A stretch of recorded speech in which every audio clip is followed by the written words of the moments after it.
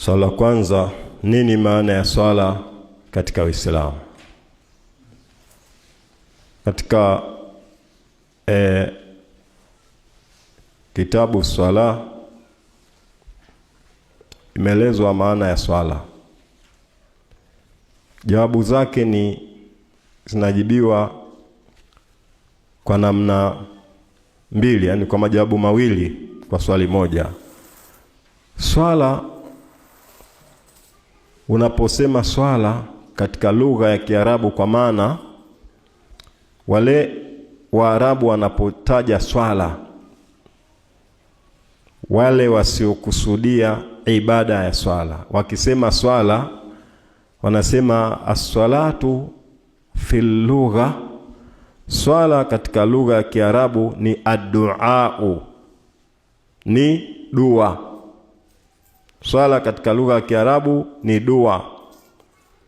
Pale Allah subhanahu wa ta'ala anaposema wasalli alaihim, na uwaswalie wao, katika habari ya zaka, kwamba wale wanaotoa zaka, wakati wa kupokea zaka Mtume akaambiwa waswali alaihim, chukua katika mali zao swadaka, yani zaka.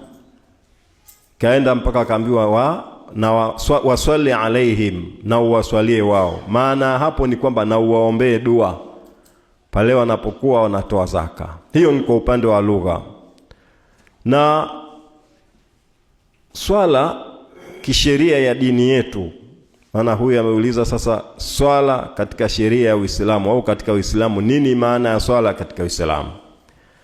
Kwa hiyo sheria inatufundisha kwamba swala maana yake ni aqwalun, ni maneno, wa af'alun, na matendo, mahsuswa, matendo maalum, muftatihatun, ambayo yanafunguliwa bitakbiri, kwa kusema Allahu akbaru, wa muhtatimatun bitaslim, na yanamaliziwa na salamu kwa kusema assalamu alaikum. Kwa maana nyingine, huyo mtu anaposimama akitaka kuswali, jambo la kwanza anasema Allahu akbaru, anaelekea qibla akiwa na udhu, akiwa amejistiri na kwa muda maalum wa hiyo swala, halafu ananyanyua mikono akisema Allahu akbaru. Maana ya Allahu akbaru ni Allah ni mkubwa kuliko kila kitu.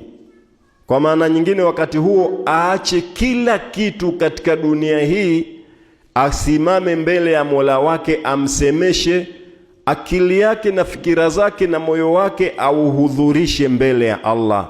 Ndio anasema Allah ni mkubwa kuliko kila kitu. Anapofanya hivyo, sasa kuna maneno maalumu yanayofuata.